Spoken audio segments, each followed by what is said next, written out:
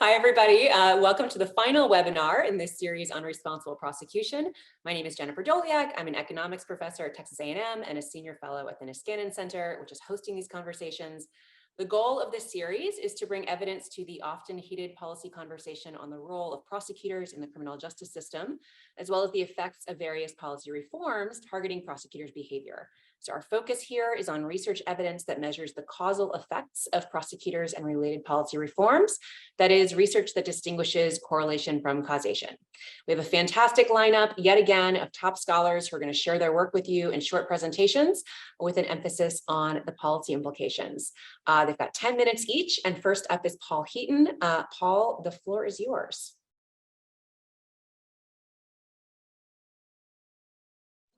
Great, it's wonderful to be here. I'm going to be talking about some research we've done at the Quattrone Center on pretrial detention and misdemeanor bail reform. So, this is work where it draws upon a lot of the research that we've seen over the course of this series at the Niskanen Center. I think within the past few years, there's been emergence of very useful research for helping us to understand the causal effects of pretrial detention.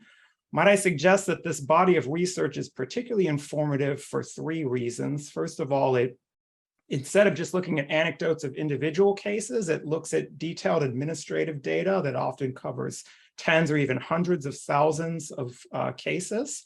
There's attention to trying to measure the causal effects of detention, not just the correlation between detention and outcomes. And this body of research is also very informative because it considers not only what happens in the immediate case, but it also follows people into the future and looks at things like future contact with the system, economic outcomes. So in previous editions, we heard from Emily Leslie, who talked about her work in New York City, which demonstrated that pretrial detention increases conviction rates by about 20% and doubles average incarceration lengths. We heard from Crystal Yang, who talked about some of the work that she did using data from Philadelphia and Miami-Dade, demonstrating that pretrial detention increases guilty plea rates. It doesn't reduce future offending, and using a unique linkage of criminal justice and tax records, she shows that detention also reduces employment and some evidence of reduced earnings. Megan Stevenson talked about some of her work in Philadelphia, demonstrating pretrial detention increases conviction rates by 13%, sentence length, and court fees. I've also done other work with Megan and Sandy Mason, looking at Harris County, Texas, demonstrating that misdemeanor pretrial detention in particular increases guilty pleas by 25% and more than doubles sentence length. So based on the accumulated body of evidence that we have, I think it would be fair to say that this body of evidence suggests that if we were able to increase pretrial release rates, we have the potential to reduce guilty pleas, reduce conviction rates, reduce jail sentences and sentence length. And while the evidence is somewhat mixed on future contact with the criminal justice system, there aren't studies that find that there's a big increase. In general, we find either there's no increase or some studies find a reduction. So that's what the existing causal research says. What I'd like to talk about today is some new results, which actually think about, as a practical matter, if a jurisdiction based on this research implements a real-world change, what are the impacts? And so the question that we look at is, what is the effect of expanding pretrial release? And we'll focus on a reform that was particularly targeted at people charged with misdemeanors, and we'll look at how that impacts case outcomes and future system contact. Our study is set in Harris County, Texas. We focus on a reform which began in the summer of 2017. It was a reform which arose in response to a civil rights lawsuit from Civil Rights Corps and some partners, which sued Harris County, alleging that its pretrial processes for people charged with misdemeanors were not sufficiently individualized and resulted in wealth-based detention and therefore violated due process and equal protection. So at the time of this lawsuit, if we look at how the system in Harris County operated, as in many jurisdictions, they were pretty reliant on a bail schedule for misdemeanor cases. Shortly after arrest, people would come up in video hearings and magistrates would set an initial bail for almost all misdemeanor defendants of between $500 and $5,000, based largely on a grid that looked at seriousness of offense and prior criminal history. If we look at the years prior to this reform, about half of all misdemeanor defendants weren't able to pay the $500 to $5,000 in order to make bail, and so they were detained pre-trial. That was on the order of about 34,000 people per year. So during the lawsuit, a federal judge ruled in favor of the plaintiffs in the preliminary injunction stage and issued an injunction which essentially required the county to release people who came up or assigned some cash bail and then signed an affidavit saying they didn't have the money to pay. Now, they were still released on unsecured bail. The main difference was they just didn't have to fork over the cash in order to be released. There were some carve-outs for certain categories of offenses. And this is a reform that was ultimately incorporated into some of the local court rules and then became part of a settlement of the lawsuit, which is ongoing, and there's a court monitor. Importantly, this reform only applied to people who were charged with misdemeanors. And so we're going to use that and leverage that feature to try and understand the impacts.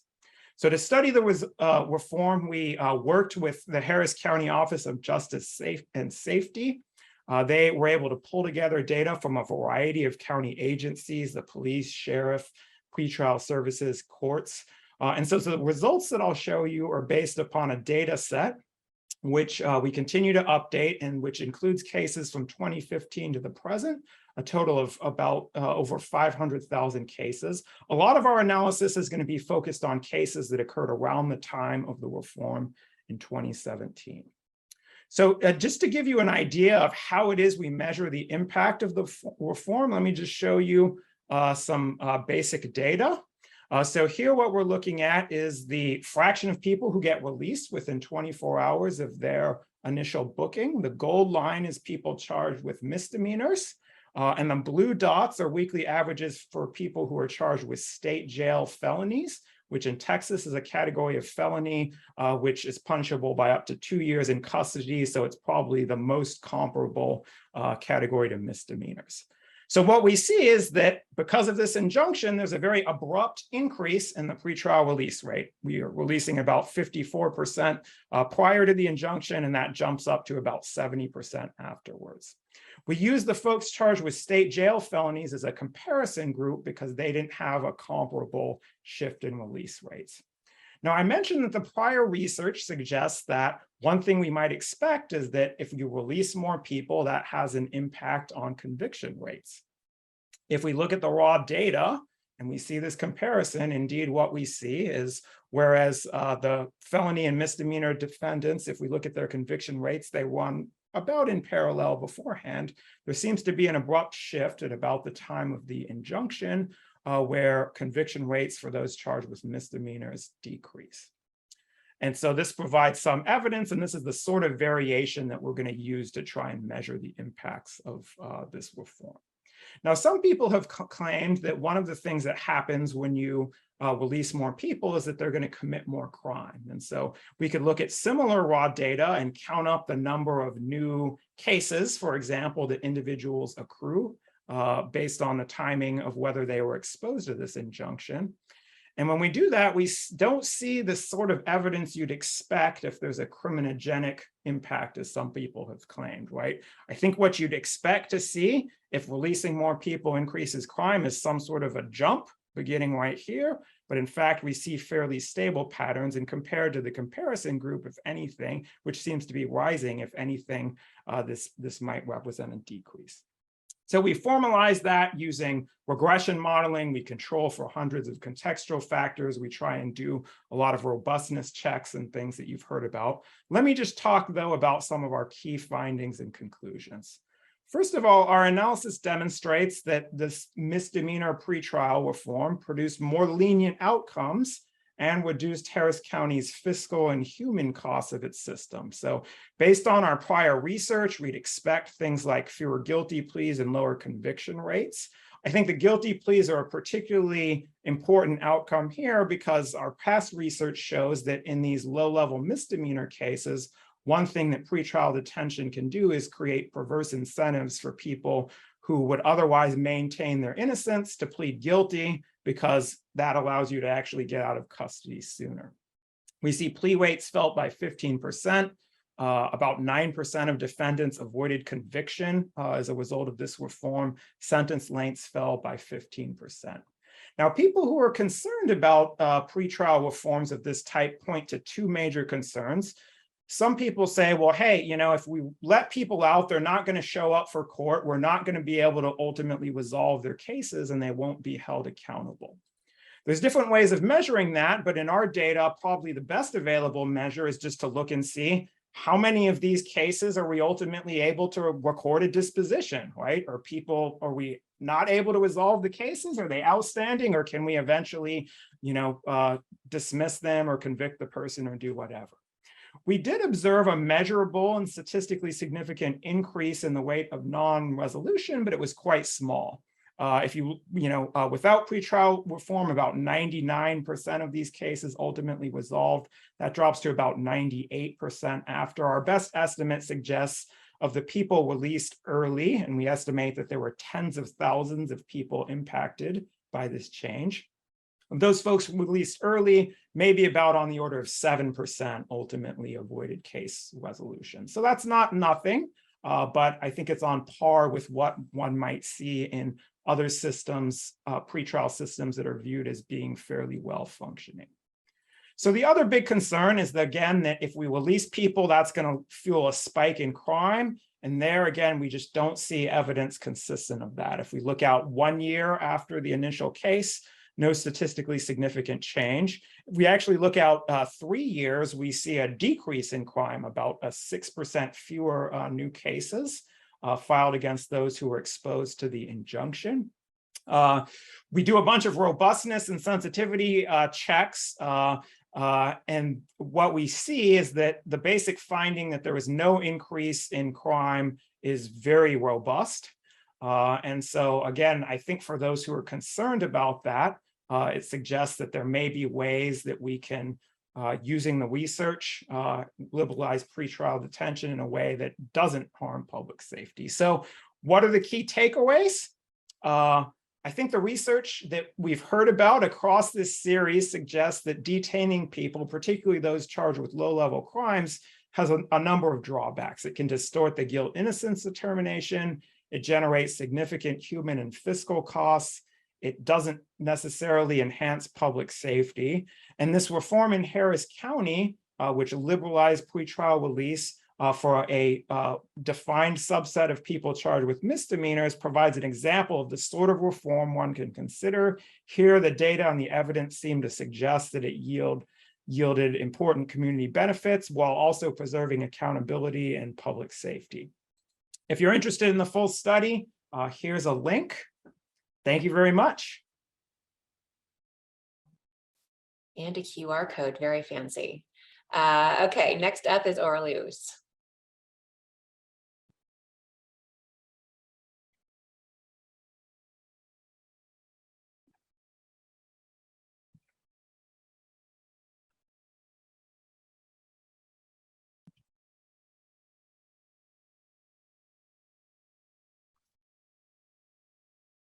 All right.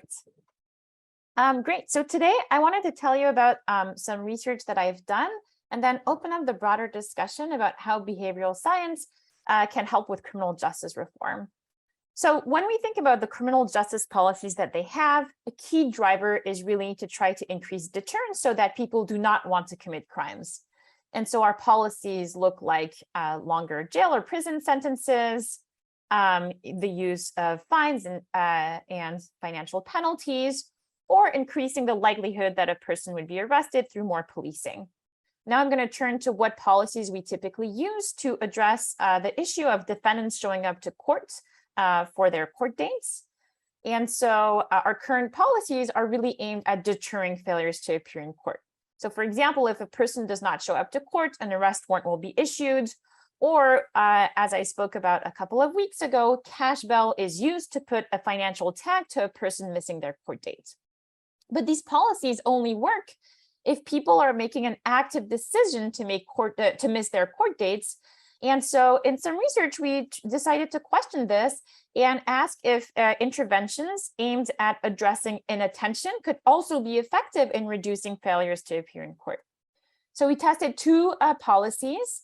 The first one was to redesign the piece of paper people were given about their forthcoming court date to make it easier for them to remember their court date in the first place. And the second one was to send people reminders to show up to court. So these were text messages that were being sent. The context is very, very low level summonsable offenses in New York City. And let me tell you what the interventions were. So the first thing that we did is we looked at the form, and I know it's a little bit small, but basically what you can see is that it's not until the very bottom of the form that it clearly states what a person is supposed to do, when and where to show up. So we redesigned the form and instead put really up top, this is a criminal court appearance ticket. In order to avoid a warrant for your arrest, you must show up, and put all the relevant information up front. In terms of research design, we exploited staggered rollout of these forms and compared people who happened to be some of the last to get the old forms versus the first to get the new forms. And we found that redesigning the form and making it easier for people to remember what was on there reduced failures to appear by 13%. Then we addressed the back end, which is as a court date gets closer, does sending a text message help people remember that they're supposed to show up? So these are examples. So we not only tested whether text messages worked at all, but also tested whether different phrasing were effective. So here, for example, we would say we either highlight the fact that they get an arrest warrant if they miss their court date. So we'd say, you have your court date coming, we'll text you to help remember, show up to avoid an arrest warrant. And in other messages, we would help them make a plan, helpful reminder, go to court, mark the date on your calendar, and set an alarm on your phone. So in this situation, we randomized what messages people who gave us a phone number were getting. And what we find, the first bar here shows you the failure to appear rates for those who did not get a text message. And the other bars show you failures to appear for those who got different kinds of text messages. And so two big takeaways. First, getting any text message is effective. And second, there was some variation in terms of how much reduction we were able to obtain. And the most effective text messages were able to reduce failures to appear by a quarter. So with this in mind, both interventions are very effective and very inexpensive. So we asked, why are they not more ubiquitous? And so I want to talk about a few challenges that I think are important as people are thinking to scale up these kinds of policies. So first off, we studied psychological barriers, and so I'll explain a little bit what I mean by that. And second, data infrastructures. So for psychological barriers, what we asked is, well, what do people actually envision when we tell them that a person failed to appear in court? Is there any thinking that they may have done it not on purpose? So what we did, we ran some online experiments where we asked people, we gave them different vignettes. We said a person missed a doctor's appointment, they didn't pay a credit card bill, they didn't show up to court. And then we asked them, do you think they did it on purpose or not? And so the white bars show you the fraction of people, how much people think it's people were forgetting about the thing they were supposed to do, and how much they thought this was an intentional decision to miss court, not pay a bill, etc. And so what you can see is that across different policy domains, people were more likely to think that people were missing court on purpose. And in turn, we asked them, how supportive are you of nudges such as reminders to help people do this thing they're supposed to do? And you can see that support for nudges was much smaller for people showing up to court compared to other things that they may have forgotten. And so this suggests that, as we're designing policy, we may not necessarily think about this inattention channel. And so the first takeaway I want you to have is being more thoughtful about why people don't comply can help us design better policies. I do want to add that we also ran this study among criminal justice practitioners, and we did not find this result. Criminal justice practitioners were cognizant that some defendants were also forgetting. So I think it's important to think, about who is making these policy decisions, and depending on who that is, just drawing attention to inattention may be helpful. So then I do want to talk about logistical barriers and implications for equity. So one challenge in diffusing this kind of technology, in particular sending text messages, is that you need a person's phone number, and only 13% of people provided phone numbers. So I think anything that can help gain access to these communication channels will be really helpful. And one concern in particular that people had is, how will my contact information be used? So a couple of points that I think are helpful to think about scaling this is to think about the infrastructure of sending these kinds of reminders. Who should send these text messages? Courts, attorneys, somebody else, hopefully a person that the defendants would be more willing to share this information with. And then also there's a question as to who should receive these text messages. Should it be defendants, or perhaps some would want some family members or friends to be getting these messages on their behalf, especially if they have uncertain access to their phones. So I want to finish with one big point, which is this important figure, which is specific to our context. Here, what I'm plotting is across different percentiles of poverty rates for the left-hand side, and percent of inhabitants within a census tract who is Black or Hispanic on the right-hand side, how many summonses were issued. And what you can see is that this is very correlated with both the poverty rates and the non-white composition of different census tracts. So, I do want to say that even though both of these interventions were effective in reducing failures to appear, these kinds of nudges won't solve other big picture issues of disparities in the prevalence in the footprint of the criminal justice. And also, not shown here, the rate at which people were providing phone numbers differed across these neighborhoods. Again, raising questions about, we don't know why they differed, but possibly due to mistrust and other places that will be important to improve. So, just finishing up with general policy recommendations, I think the easiest one and the most obvious one is generalizing reminders is a very low-cost way to reduce failures to appear.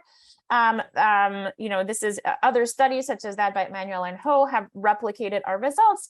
So this will be important. I think the bottleneck is really to pay attention to the infrastructures in order to expand the scope of nudges, right? So who's sending the messages? How can we make sure they get them? And how can we make sure that there will be equity in access?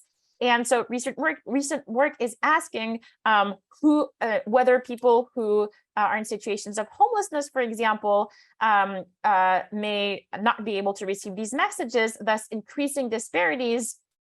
So thinking about ways in which to make sure everybody has access to these interventions will be helpful. I do want to finish up by thinking about broader implications. So here I talked about pretrial court appearances. But there could be other places where nudges may work in criminal justice. And another thing I want you to leave with, in addition to the fact that, if it doesn't exist yet in the court jurisdiction that you're working in, trying to find a way to have text message reminders will help.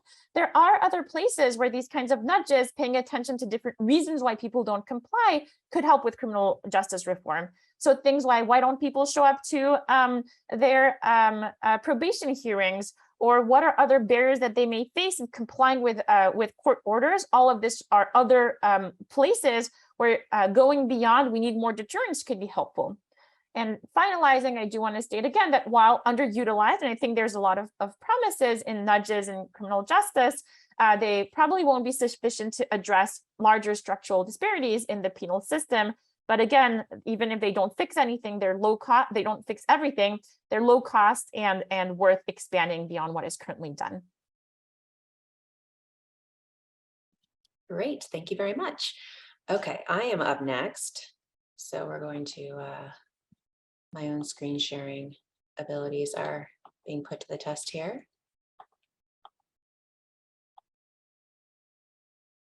Okay, all right. Hi, everybody. So again, I'm Jennifer Doliak. I'm going to be talking today about a paper that I have with Amanda Egan and Anna Harvey, looking at the effects of the election of reform-minded prosecutors on local crime rates. And I do want to acknowledge funding from the George Mason University Law and Economics Center for support for this project. So the motivation for this paper is that there's concern across the political spectrum, not among everyone, but among many, that the criminal justice system is at least sometimes too heavy-handed. And so the concern here is that prosecution of more minor offenses could do more harm than good, pulling people into the criminal justice system and disrupting their lives unnecessarily in a way that outweighs any sort of deterrent effect that we might be hoping for. So Amanda Egan gave a presentation, I think in the last webinar, on our misdemeanor prosecution paper from Suffolk County, Massachusetts, as another paper in this space that looked specifically at this issue. And so there's sort of been a broader public conversation about whether we could achieve more public safety by actually erring toward leniency in a lot of these situations. So during this conversation and sparked by this conversation, a lot of jurisdictions across the United States have elected reform-minded prosecutors. These prosecutors in general run on platforms promising to reduce the reach and impact of the criminal justice system, particularly for low-level offenders. But at the same time, as they're doing this, police and some others are worried that such moves could increase crime rates by reducing a deterrent effect and incapacitation effect. If we're not, detaining people pre-trial, if we're not throwing the book at low-level offenders, that could embolden people or give them the opportunity to commit more crime in a way that actually reduces public safety rather than increasing it. And in particular, the conversation that sparked this particular paper is that there's been some suggestion that the recent rise in homicide rates in many cities is due to this the recent election of a bunch of reform-minded prosecutors to office. And so we decided we wanted to look at that. We had the data to be able to answer especially that particular question. So we're going to exploit the staggered timing of when reform-minded prosecutors took office in different places as a natural experiment to measure the effects on local crime rates. So just to clarify here, so all the other papers in this series are looking at really specific types of reforms and trying to answer the question of, if we end cash bail, what is the effect on particular outcomes? We're not going to be looking at specific reforms, but we're going to be looking at what happens when reform-minded prosecutors take office in a particular place and they're sort of coming in as a package. And does that seem to have an impact on local crime rates? So our research question is, what is the effect of prosecutor-led reforms as that package on rates of reported crime? So in our sample, we have 35 places that elect these reform-minded prosecutors. These are mostly urban areas. So sometimes cities like San Francisco, and other times they're counties that have a major city as their seat. This included prosecutors who were inaugurated in their jurisdiction between January of 2015 and January of 2021. So what were these elected prosecutors doing? What kinds of reforms do we have in mind here as part of this package that they came into office promising to implement? So the first is a general tendency toward increasing the non-prosecution, that is just dismissing cases outright, for various non-violent misdemeanors. This might be implemented either as a new default, so a presumption of non-prosecution, or as a blanket decline to prosecute policy. So in that case, we're not going to prosecute any shoplifting charge under $500. So some examples of the types of offenses we have in mind here are minor drug possession, trespassing, disorderly conduct, driving with an expired registration, shoplifting, minor theft, prostitution. So again, low-level non-violent offenses. A lot of these prosecutors also talk a lot about reducing pretrial detention and reducing the use of cash bail. So some type of bail reform or reducing the likelihood that they request bail in various cases. And then a lot of these prosecutors also focus on increasing diversion of criminal charges to treatment or other programs that could help a defendant avoid a criminal conviction if they successfully complete that treatment. So our empirical strategy here is what researchers refer to as a difference in differences design. So basically what we're going to do is compare changes in crime in places where a reform-minded prosecutor takes office. Those are our treatment places, with changes in crime in places where such a prosecutor will take office later, but hasn't yet. So those are going to be our control places. So in this little graph here, it just gives you a sense of the intuition. We have treatment and control places. They might have different crime rates on average beforehand. they don't necessarily have to have the same crime rate, but what we're looking for is that they've got similar trends during the pre-period. And so that's what we see in this little mock-up of the empirical strategy, and also what we see when we look at the actual data. And then there's a date at which this reform-minded prosecutor takes office. That's the dashed red line, the inauguration date. And then we're looking to see what happens in the treatment group using the control group as basically as a control, as a comparison group. So imagining that comparison group would be a good proxy for what would have happened in the absence of this prosecutor taking office in the treatment areas. And so we're basically going to compare the change in the treatment group with the change in the control group and look at the difference in those differences over time. What outcomes are we interested in here? Really, we're focused on local crime rates. So we're going to look at the log of reported offenses per 100,000 residents. We're going to look at a bunch of violent crimes, so homicide, assault, robbery, as well as burglary, theft, and then some very minor offenses like vandalism and drug offenses. Our data are ranging from January 2014 through August 2021. So we've got a decent pre-period and post-period for all of our places. So what do we find? I'm going to go through and show you a bunch of graphs. First is homicide. So I'm going to explain what we're seeing in this graph because it is going to look similar in for all the other outcomes. So basically the blue bars are showing what's happening during the pre-period, so months before the prosecutor took office. That's the change in the treatment group relative to the change in the control group. What we're seeing there is it's basically bouncing around zero, right? So we don't have any substantial pre-trends. The treatment group looks pretty similar to the control group before the prosecutor takes office in the treatment group. And then the red bars are showing what happens after the prosecutor takes office in the treatment cities. And what we're seeing here is basically nothing going on, right? So the bars are showing confidence intervals. Those are 95% confidence intervals that give you a sense of the uncertainty here, that, you know, these are noisy estimates. There's a lot of variation across places that you know, our basic controls are not accounting for. But what we're looking at the point estimate is those dots in the middle. And again, what you're seeing is they bounce around in the pre-period around zero, and they bounce around zero in the post-period. And so the estimate that comes out of this is a super tiny near zero effect on homicide with big confidence intervals. So it's noisy. We can't rule out a lot of, you know, effects on homicide we might be worried about, but looking at this graph, it really doesn't look like anything's going on. We look at aggravated assault next. We see a very similar story. Bounces around zero in the pre-period and then bounces around zero in the post-period. Robbery, same thing. Nothing seems to be happening to crime rates. Burglary, we see again bouncing around zero in the pre-period. Maybe there's a slight increase on average across the post-period, but the point estimate is far from statistically significant. Theft, there's really nothing going on.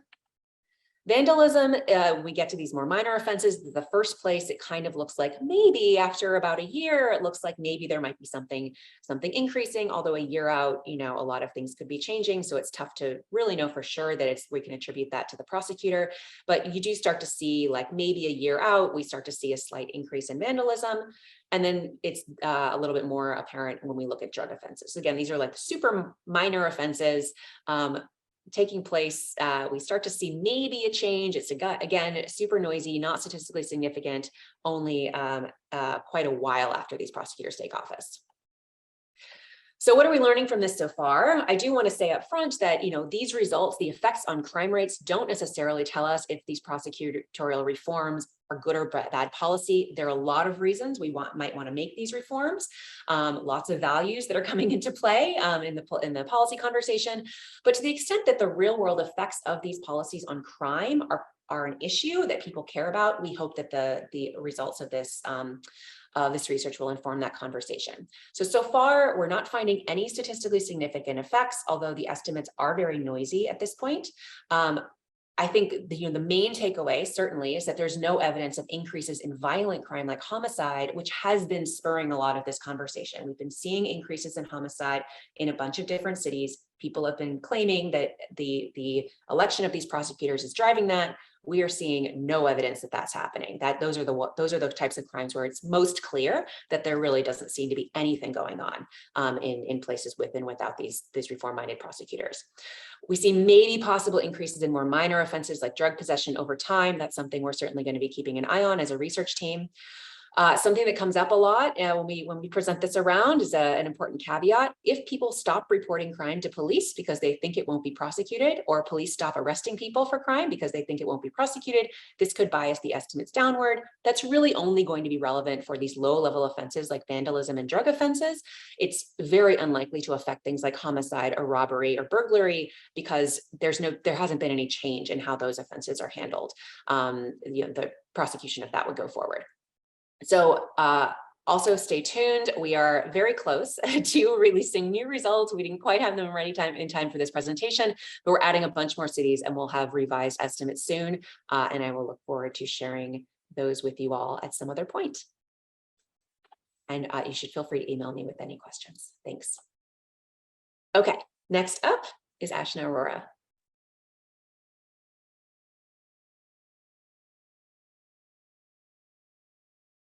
Just checking the screen is moving okay, because sometimes it gets stuck. Okay, great. Hold on. Great, thank you. Thanks, John, for organizing. I'm very excited to be a part of the series. I'm going to be talking about the impact of specialized prosecution on the safety of domestic violence victims. This is joint work with my colleagues at the University of Chicago Crime Lab, as well as Zubin Jalbeh, who's at the University of Maryland. So to set the stage a little bit, I think most people tuning in probably know this, but domestic violence is extremely widespread in the United States, just like it is in other countries. The latest statistics indicate that about 25% of women, or 1 out of every 4 women, will experience severe physical violence by a current or former intimate partner during their lifetimes. And not only is domestic violence extremely widespread, it also accounts for a very, very high share of the most serious kinds of violence. So when we look at female homicides, domestic violence can explain 50% of female homicides, so that's 1 out of every 2 homicides. And then even when we look at overall homicides, domestic violence does account for about 25% or a fifth of all homicides. So domestic violence is widespread and accounts for a pretty large share of the most serious kinds of violence in the United States. But the fact that we kind of focus on this study is that the criminal justice system might actually have a pretty unique role to play in the prevention of this type of violence. And the main reason that we focus on in the study is that individuals who eventually go on to become domestic homicide victims actually do contact the criminal justice system prior to their homicides at pretty high rates. So I've included 2 studies here that show that between 50 and 90% of victims actually do reach out for help to the law enforcement to report crimes in the years leading up to their eventual deaths. And this is not just 1 contact. On average, this is a few times that they are reaching out for help. We actually confirmed this in our study setting in Chicago, and we also find that about 53% of domestic homicide victims did reach out for help in the years prior to their homicide. So, these 2 facts together make us ask the question, can the criminal justice system actually intervene? More specifically for this series, of course, can prosecutors intervene to prevent domestic violence homicide? And we find that the answer is yes. So how should and how does the criminal justice system respond? I tend to think of these responses as belonging to 2 broad buckets. One is the more standard kind of response, which is you call for help. There may or may not be an arrest. If there is an arrest, there may or may not be prosecution. If there is enough evidence to build a strong case, and then eventually it resolves, either using a sentence or probation or nothing, depending on what the case is like. The approach that we actually focus on in this study is, what I tend to think of as more specialized. And these specialized approaches essentially trying to account for the fact that domestic violence is not like other crimes. One difference should be obvious, which is that the victim and the perpetrator share a very intimate relationship. They often share very serious responsibilities like childcare and housing. And this can, all else equal, make it very difficult for a domestic violence victim to pursue a legal response. And so what specialized interventions try to do is they try to include a host of victim supports, things like witness specialists that answer questions about court appearances, victim advocates that try to represent their interests, and then experienced prosecutors that handle these cases and know how to navigate the peculiarities of domestic violence cases. The second feature that makes them these types of interventions that I call specialized is that they also account for the fact that some domestic violence victims are going to be facing extremely high risk of going on to become victims of very, very serious violence, including homicide. So the second thing that they do is they screen cases to identify the small proportion that face extremely high risks, and then they channel these additional supports towards these high risk cases. These kinds of responses, what I'm calling specialized responses to domestic violence, are actually quite widespread in the United States. So what this map is trying to show you is that every state for which we could find at least one such intervention, basically those are highlighted in green, and it's meant to show you that these kinds of responses are actually quite widespread across the country. Many of these have been funded by the Violence Against Women Act, but to the best of our knowledge, there is very little rigorous evidence on whether this kind of approach can actually work to improve victim safety. So what do we do? So we actually study one such program. We study specialized prosecution for domestic violence in Chicago. Since 1997, about 6% of domestic arrests have been selected for specialized prosecution by the local prosecutor's office. This selection process, what it does is that it prioritizes cases with a long history of abuse, or the presence of severe injury, or the use of weapons, or the threat of use of weapons. Once selected, these high-risk cases are essentially given guaranteed access to a bunch of different resources. This includes things like specialized vertical prosecutors with stay from the case, with the case from beginning to end. And they're also guaranteed access to additional individuals like investigators, victim witness specialists. There's lots more follow-up with these victims. And then they're also connected with victim advocates who are there solely to represent the interests of the victim, who, and you might think the prosecutors are there to protect public safety, but these victim advocates are there solely to represent the interests of their clients. So we essentially are going to study how this approach does relative to the standard arrest and prosecution that is going to apply for the other 94% of DV arrests in Chicago over this time period. The research design basically functions as follows. So prosecutors rotate in and out of this program. So you can think of, let's say an example here. There's one prosecutor, the prosecutor in blue, who serves for the first 6 months, and then he or she is replaced by a second prosecutor who serves for the rest of the year. Prosecutors vary in how selective they are for the program. So you might think that, for example, the first prosecutor is more likely to select a higher percentage of cases into the specialized prosecution program, whereas the prosecutor in red is less likely to select otherwise identical cases, less likely to induct them into the program.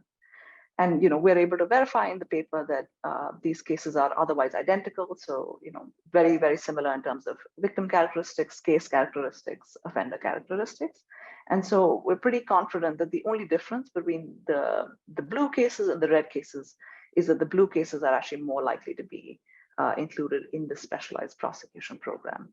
And so what we do is any kind of difference that we observe in outcomes for the victims in the blue versus the red group, we attribute to the impact of the specialized prosecution program.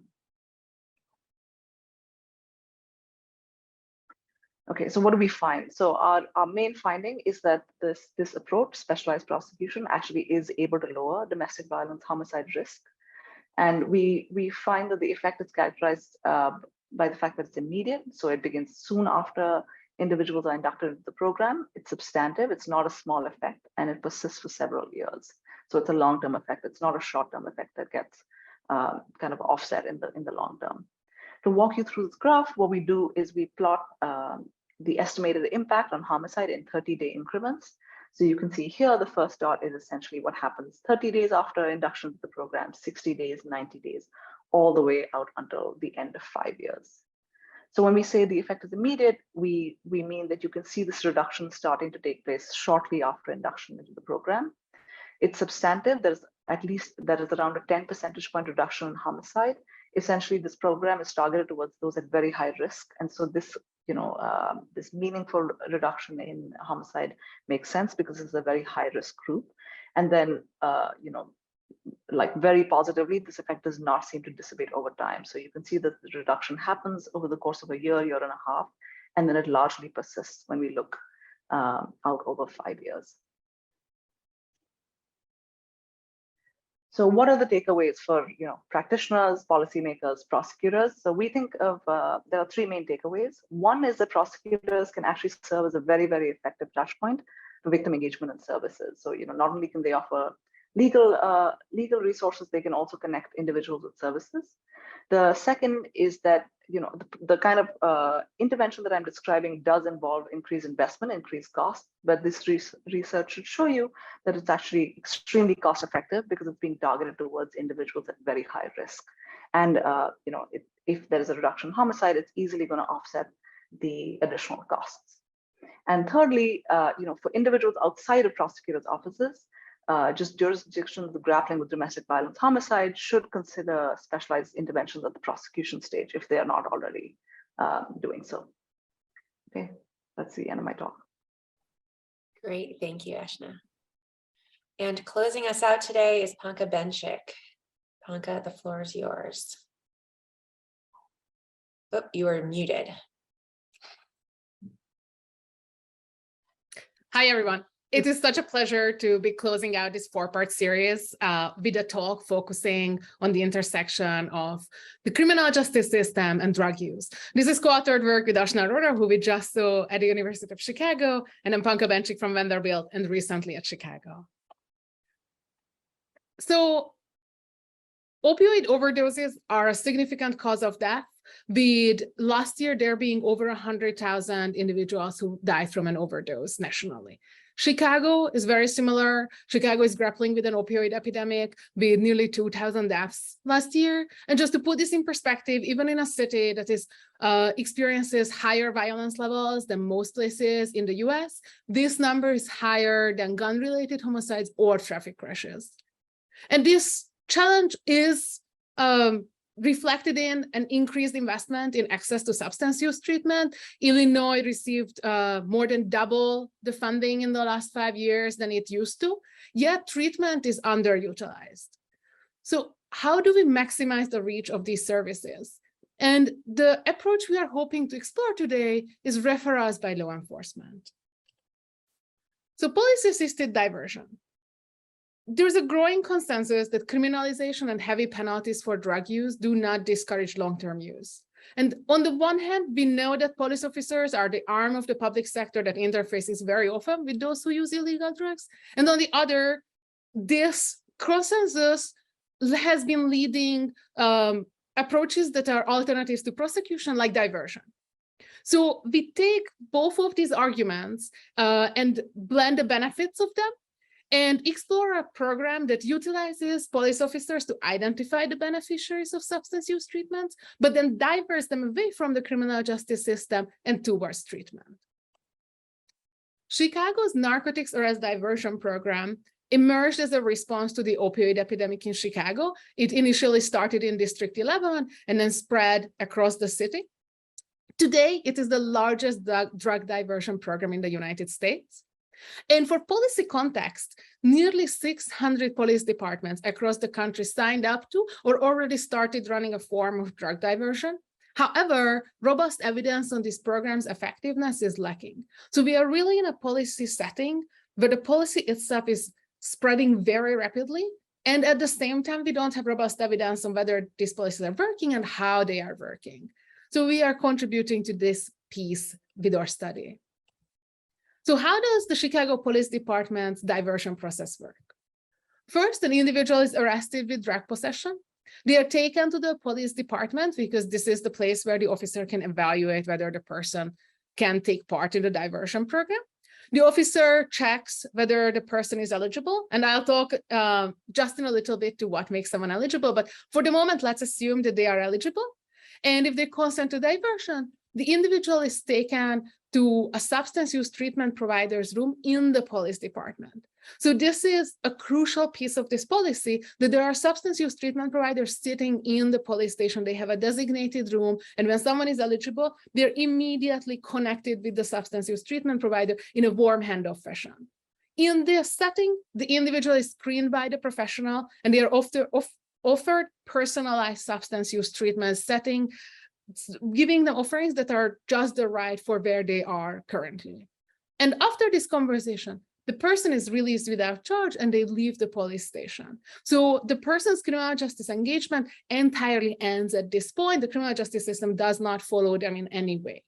And subsequently, the person receives treatment at substance use treatment centers. This could be the person accessing it right after leaving the police station the next day or later on. And I'll show it at the end. Most individuals indeed start up their treatment.